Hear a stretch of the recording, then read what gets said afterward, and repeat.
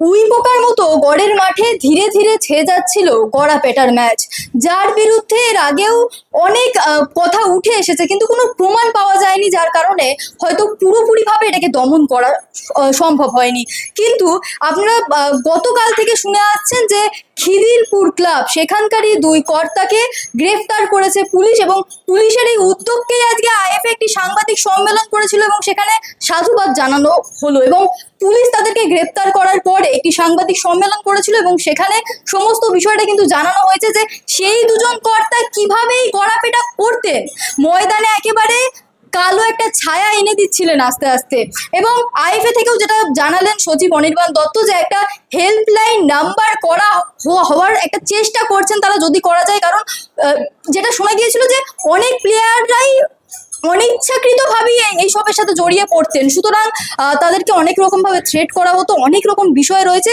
সেখান থেকে বেরোনোর জন্য যদি কাউকে তারা একটা সাহায্যের জন্য বলতে পারেন বা জানাতে পারেন, এই কারণে কিন্তু এই উদ্যোগের চেষ্টা। তাছাড়া আজকে এই সাংবাদিক সম্মেলনে সচিব অনির্বাণ দত্ত আরো কি কি বললেন এই বিষয়টিকে নিয়ে, পরবর্তীকালে আর কি কি স্টেপ নেওয়া হতে পারে, পুরোটা আপনারা শুনে নিন ইনসাইড স্পোর্টস বাংলার পর্দায়। আজকে এই প্রেস কনফারেন্সটা মূলত ডাকা কারণ আমার মনে হয় আজকের দিনটা একটা ঐতিহাসিক দিন, শুধু বাংলা নয় ভারতীয় ফুটবলে। ম্যাচ ফিক্সিং এর জন্যে বোধহয় এই প্রথম ভারতবর্ষে কোথাও পুলিশ তৎপর হয়ে অ্যারেস্ট করেছে। আপনারা জানেন যে গতকাল রাত্রির থেকে এই খবরটা চলছে এবং সেটা নিয়ে আপনাদের বিস্তারিত জানাবার জন্য আজকে ডাকা। আমরা এই ম্যাচ ফিক্সিং নিয়ে অনেক দিন ধরে লড়াই চালাচ্ছিলাম, পুলিশকে আমরা জানিয়েছিলাম এবং আমরা বহুবার চিঠি দিয়েছি, কথা বলেছি, তাদেরকে জানিয়েছি। ইনফ্যাক্ট আমাদের বর্তমান সিপি মানে commissioner of police mister Manoj Verma যখন দায়িত্ব নেন, আমি আর প্রেসিডেন্ট তখন গেছিলাম সঙ্গে সঙ্গে ওনার সাথে মিটিং করতে এবং মিটিংয়ে গিয়ে ওনার নজরে আনি এই ব্যাপারটা হচ্ছে এবং উনি আমাদের কথা দিয়েছিলেন যে এই ব্যাপারটা উনি দেখবেন যাতে এই লোকটা সারানো যায় এবং এর বিরুদ্ধে অ্যাকশন হয় সেটা দেখবেন। এবং এই ব্যাপারে আমি আর প্রেসিডেন্ট একাধিকবার ওনার দ্বারস্থ হয়েছি।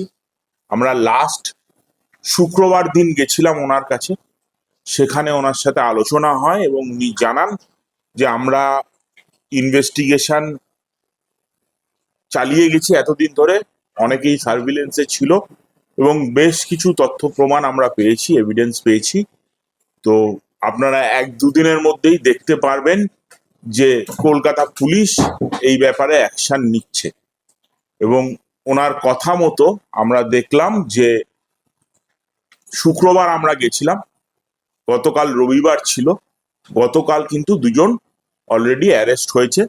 আজকে তাদেরকে কোর্টে প্রডিউস করা হয়েছিল এবং কোর্ট থেকে 14 দিনের পিসি ওদের বিরুদ্ধে দিয়েছে।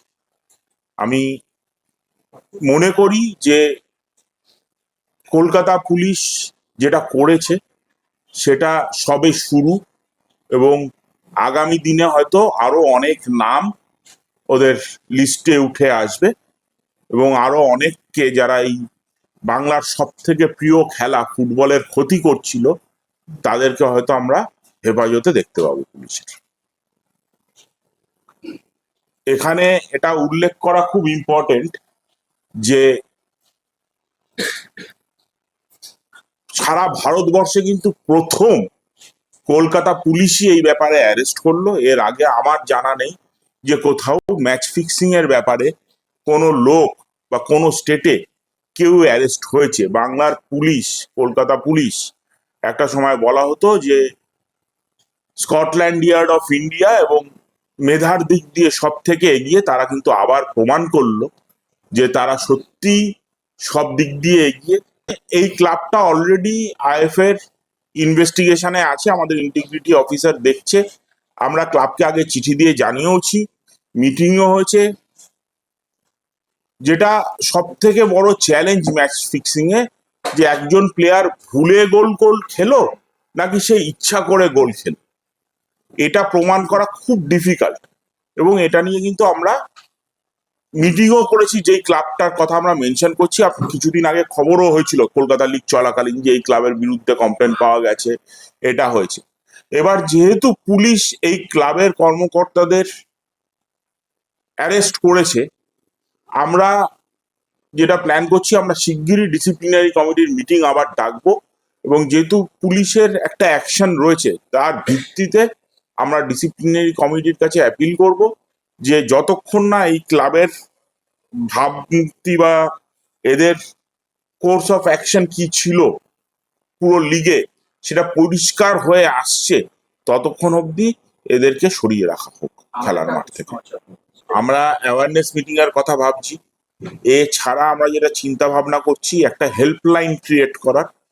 কারণ আমি বেশ কয়েকবার শুনেছি অনেক প্লেয়ারকে অনেক সময় অ্যাপ্রোচ করা হয়েছে, তারা রাজি না হলে তাদের বিভিন্নভাবে চাপ দেওয়া হয়েছে তাদেরকে রাজি করানোর জন্য। যদি আমরা একটা হেল্পলাইন ক্রিয়েট করতে পারি, তাহলে হয়তো আগামী দিনে কাউকে এরকম চাপ দিলে তার একটা বলার জায়গা থাকবে, যেখানে সে অ্যানোনিমাসলি জানাতে পারবে যে এরকম একটা ব্যাপার হতে চলেছে, বা আমাদের ম্যাচে এটা করার জন্য আমাদের চাপ দেয়া হচ্ছে। তাতে আমরা হয়তো আরো প্রোঅ্যাক্টিভলি এই ব্যাপারটা কন্ট্রোল করতে পারবো।